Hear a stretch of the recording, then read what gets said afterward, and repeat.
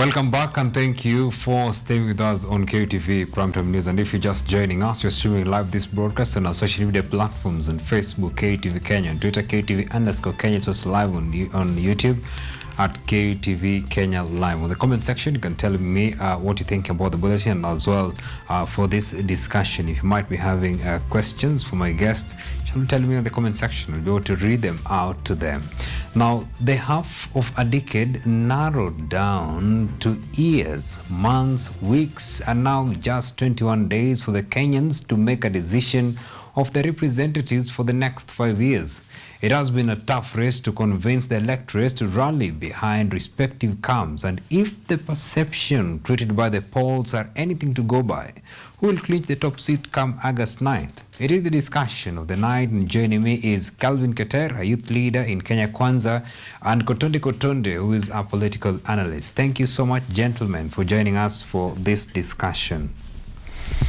Thank you. All right, now the state of the race, that is the discussion of the night. And of course, we're talking about the race to occupy the house on top of the hill, that is the State House. So based on your analysis of how the political arena is, how things have been playing in the Kenyan political scene, how would you describe the state of this race? We'll start with you, probably Kotondeh or Keter. Kotondeh. First of all, thank you very much for the invitation. I want to say clearly that the journey which started way back is probably being narrowed down, because we have exactly 21 days to go, and based on the same, we as the Azimio coalition, we are much focused on the same, because we'll automatically give the best to this country. Right. Now, Keter, I don't know, what are you feeling about this race? Because we understand you're a lead, of course, in the Kenya Kwanza team. And if, you know, the perception that has been created by the different bodies that does the polls on this race, you know, they've stated clearly that the Azimio is ahead, of course, popular in some of the counties on something. What do you foresee of Kenya Kwanza in this State House race? Thank you so much for giving us a chance to be here today. It's actually, the race is now getting clearer. The time frame, we have about 21 days to go before we have our 5th president. We've seen the latest polls being coming up, and the team of Kenya Kwanza, we are very confident with the numbers, as we've seen the mass population of Kenyans joining the bandwagon of the Asla nation. Mm-hmm. So if actually to go by the current perception of the talks we hear around, we are ultimately going to have William Ruto being the 5th president within the next 21 days. All right, and it's actually interesting that you've told us of, Kenyans rallying behind the bandwagon of the hustler narrative. And today, I think it was a reprieve, of course, for Kenyans, of which most of them are hustlers, with the price of unga being, the government, of course, announcing a subsidy on maize flour from 230 shillings, so it shall be retailing at 100 shillings. Now, a lot of politics was dragged into this. Of course, we saw the Kenya Kwanza team led by the deputy president, of course, with the brigade that goes with him on these campaign trails in Nairobi. We saw even Musalia Mudavadi, the ANC party leader, and the Ford Kenya party leader, of course, Moses Wetangula. They're bringing in politics into this. They're saying, they're criticizing President Uhuru Kenyatta, saying that is now, it is all politics. Do you think he was being sincere? The deputy president is being sincere with the sentiments, of course, he made about President Uhuru Kenyatta lowering the price of ugali?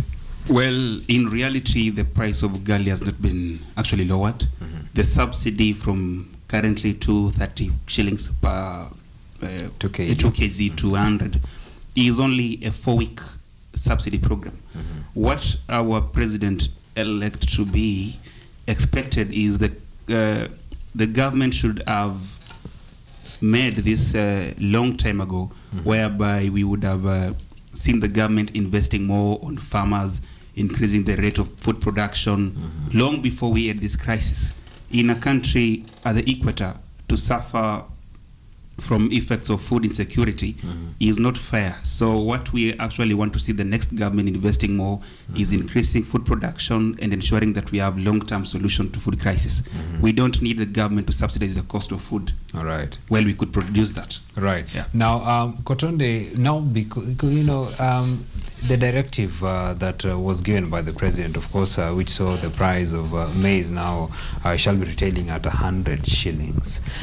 Do you think it was something motivated by politics? And as Keter, of course, has outlined it, that the workers, the farmers need to be empowered so that we have enough and sufficient production locally.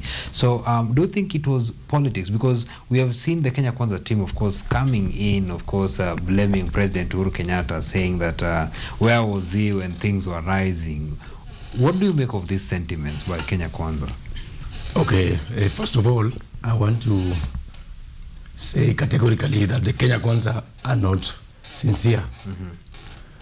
The gentleman by the name, our deputy president, was and has been in this very, very government. If he was in a position to at least come up with good strategies such that he could change this narrative way back, it could have been much better now. But by virtue of now bringing issues to do with politics, I don't think it adds up. But looking at it going forward, it might not really help because it is just for a very short time. But I'd just advise the Kenya Kwanza team to stop politicizing almost everything. Yet they were in the same government. He has been enjoying all the coffers, plus what it takes within the office of the deputy president. Yes, so I will automatically prefer that he stop lying to Kenyans, but assist the government in at least achieving or even lowering other key commodities like oil, paraffin, those stuffs. Thank you. All right, maybe Keter, I don't know, you have something burning, of course, to respond to that, because the deputy president has held office. There were, of course, calls for him to vacate the office, but he held tightly on his position. And now that you are optimistic, of course, that the Kenya Kwanza team is going to clinch the top seat, what do you foresee of the government with the deputy president, who has been blaming the government that is under? What government, or rather leadership, do we foresee in the leadership optimistically if the deputy president clinches the top seat? Well, first, I think we need to clearly understand the role of the deputy president in any government. And it is always that the deputy president is a principal assistant to the president. So at any time, all the direction that the country takes lies at the presidency. The only challenge which has been, that has been the case, that the deputy president has not been performing for the most part of the second term in office, basically because of being sidelined by the president. You've seen cases where when even the president himself wanted to go back to his rural home, the person who stood with him to retain him in office was the deputy president. So actually, if it were not the case for the deputy president to ask the president to be firm on his role, maybe he would have sought to retire early. So we are actually going forward optimistically, considering that the deputy president is now the one at the helm. We expect that the next kind of leadership the country will have would be a dedicated leadership, the role of the president. On the issue of performance, of course, all the objects that the government has rolled out and the projects were from the president himself. So if the deputy president could not be able to take the lead on those, then that's why we didn't see him do well. Again, the cabinet has been run by the president and his team. Well, the deputy president could even, we've seen that he was not even invited to some of the cabinet meetings. So he couldn't have any say or any role to play at that point. Maybe, he is a leader, because actually we have seen on the campaign trails of Kenya Kwanza, we had what Kimani Ichung'wah was saying, the MP for Kikuyu was saying, that, he was bringing to light things that are not known to Kenyans. There was the issue of a lot of construction, of course, going on, the road construction on the bypass that is connecting the Northland City, saying that some parts of the roads that were supposed to be constructed, I don't know where, funds were diverted, of course, to benefit President Uhuru Kenyatta as is retiring. So, meaning these are things that were happening in their watch. They are things that were happening and they knew them. But now, because of politics of convenience, probably, that's why they are saying them right now. What do you make of such sentiments still, Keter? To see that happening, in fact, it's interesting that we are at the Kenyatta University, where we've seen conflicts of interest in some of the government projects.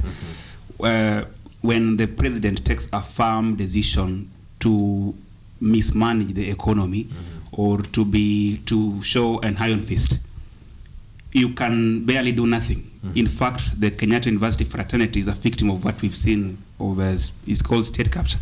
And it's not only on allocation of government projects. Some of projects that were intended to benefit the mass population were not done adequately. And to this, I think the president had the sole firmness to deliberately take some actions which were not going to serve the majority of the Kenyans. Right. Anyway, these things are coming out at a time when, of course, we are expecting new government to come into play.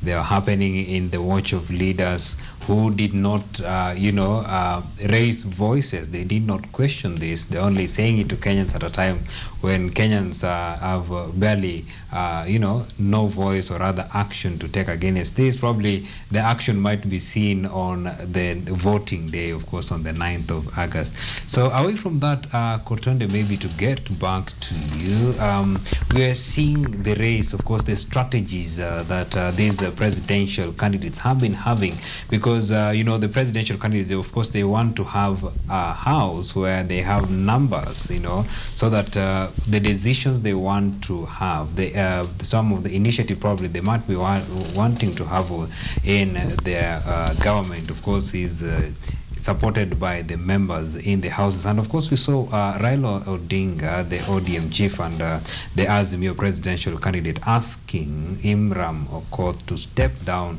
to support, of course, the candidate that is the party's candidate, Peter Ochieng Orero. And we've seen the same sword, of course, it pierced through Mathare, and we saw how it pricked Bahati, who was asked to step down to support Anthony Oloch. So do you think, such actions, because we understand that these people who are being asked to step down, they have supporters, of course, because they have confidence that they are going to clinch this post. Don't you think this would probably haunt the Azimio side?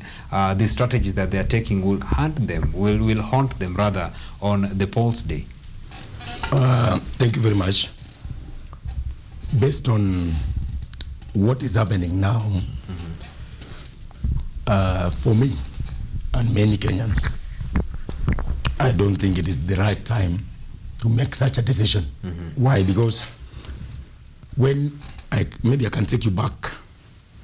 When you were having the primaries, the primaries were there so that you can get the best. But the primaries in this country, majorly for political primaries, are always full of malpractices. And the moment you do it in a shoddy way, you must expect some people who will automatically come up with different political parties, will automatically come with independent parties. And as per the state of events, these people who are being told to step down for an individual, how sure are we as citizens of the country that given an opportunity, after being cowed to that level, they will clinch this position? Two, they knew that the said person was the best, I think the best could have been, there could have been no primaries. 3, how will you go and convince my supporters? For example, if in case, how will I go and convince my supporters that I have been told otherwise by, we can call them our lords, that this person will be giving the best. And for me, I don't think that will be right, because we've seen that those who are so much into and being supported by a bigger party, they don't automatically give the best to the community. And therefore, we as Kenyans, we need to be given that opportunity. Like if you take the case of Homa Bay, the primaries were marred by a lot of study. Therefore, when the party decided to give out the ticket to one, Gladys Wanga, the other members who were cowed are now finding it difficult to even sell the very, very ticket. And the man who went with the independent candidate is now the talk of the day. All right. Meaning, people are tired of this, we call it being cowed to the level that it must just be a party, but people are going towards electing an individual who is well to do with what the society needs. All right. Thank you. Now, Keter, probably still on the same note, we've seen the issue of zoning eliciting mixed reactions, not in the Azimio side alone. It cuts across all the parties. Of course, it's also in the Kenya Kwanza.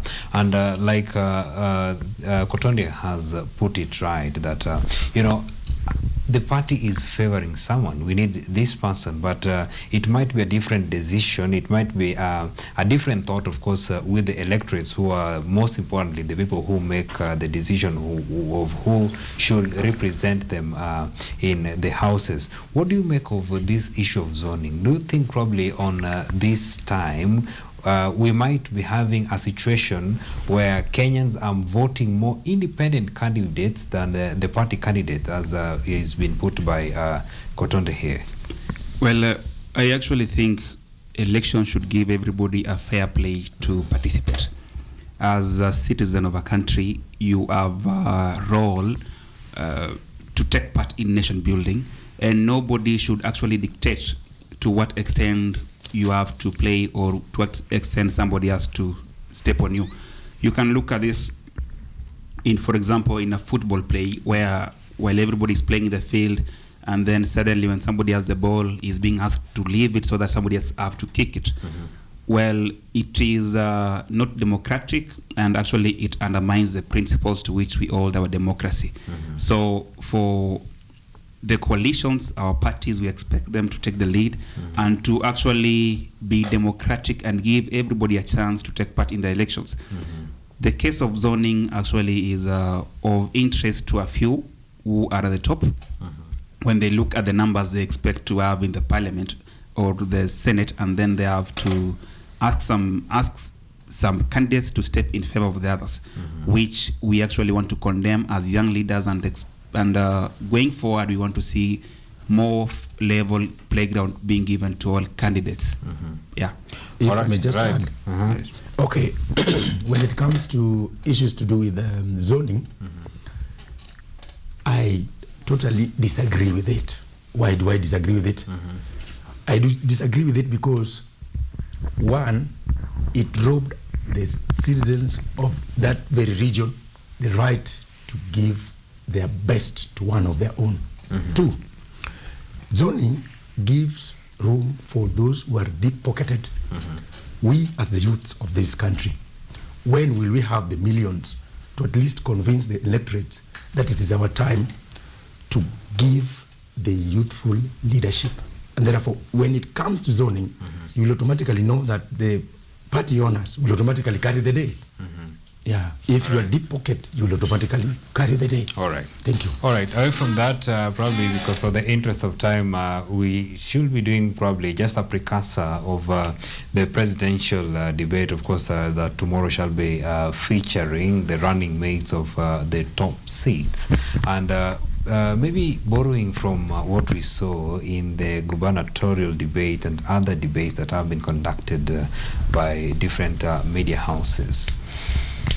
What do you foresee in this debate? Because we saw, of course, in the gubernatorial race, from the insights, of course, Kenyans had probably maybe people, electorates in the city saying that we shall be voting on this side based on what our candidate was saying. We shall be voting on this side. Now, it was giving the electorates a chance to make a firm decision on who to support.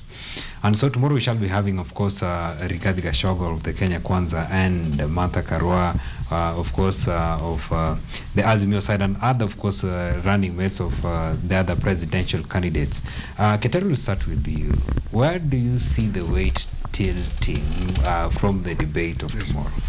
Well, tomorrow is a great day to have our deputy presidents being having a chance to express themselves.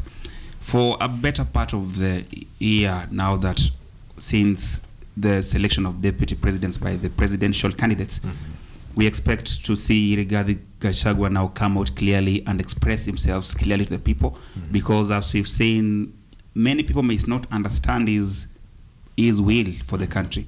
So tomorrow we expect him to come out vibrantly, to share his vision for the country, and to defend the manifesto that has come out. And I am very optimistic that he is well prepared for the day, and it will come out clearly that the Kenya Kwanza is actually prepared to take the nation forward. And of course, probably just on a light note, we expect the question of gender, which has always, the gender card, of course, has always been a point of criticism for the Kenya Kwanza team. And of course, Kenyans have already started talking about, the funny thing, of course, they talk about whenever the deputy, or rather the running mate of the Azimio, or not Azimio rather, but the Kenya Kwanza side, should always be given the microphone to talk. Don't you think we shall be having, of course, maybe such talks tomorrow from the Kenyans, kwamba, Gachagua apewe mic, something of that sort? You know, of course, what I mean when I say that. Yeah, I think Gachagua is actually a great leader. From his track of performance we've seen. It's not the first time he's taking a role in leadership. So he's been serving the community through different ranks. He has been serving children, he's been serving youth, women, and all the people in the society. So it is not the first time that he's being in charge of a community. All right. Again, to add on it is actually to say that Kenya Kwanza has had recently launched the Women Charter, where it's proposed a wonderful manifesto to favor the women and the girl childs in the population. So we have incorporated the women in our manifestos, and we actually have an agenda to improve their lives as well. All right. Yeah. As we wind up this discussion, Kotondeh, what do you feel of the tomorrow's debate? Do you think, the presidential, the running mate, of course, in the Kenya Kwanza, in the Azimio side, will tilt the votes, the numbers for the Azimio? First of all, I want you to know very well, and the Kenyans at large, that Azimio has what it takes for the women of this country. We are going to make a history by electing Martha Karua as the very first women in the Kenyan politics, as the most expensive and serious office in this land. Two, tomorrow I expect this stuff to be addressed by my deputy president, that is economic recovery, issues to do with corruption, I know will automatically crop in, and even the integrity of our members of the other side, that is the Kenya Kwisha. Other issues will be the youths. In the Azimio team, this is what I want you to know, Bwana Keter, we have different leagues running this stuff. We have the Women League, which is properly structured. We have the Youth League, which is properly structured. We also have the Wababa team, which is equally super. Right. Yes. And I request you, while you will be having, in case you'll be having an opportunity to be there, the Kenya Kwisha, kindly don't make it to be so hyped to the level that you make a lot of noise, because we expect this to be the most decent, the most smart in all the races we've been having, sir. All right. Thank you. All right. That's it, gentlemen. Because of the interest of time, of course, we just maybe pause it at that point. We shall carry it on, of course, a later day. Of course, maybe in the course of next week, and the deputy president's running mate, the deputy president's debate shall be airing tomorrow on KUTV as well. You shall be tuning in to get the insights of everything happening. Thank you so much, gentlemen, for coming. We appreciate your input on this discussion. Taking a short break, shall we come back in a moment?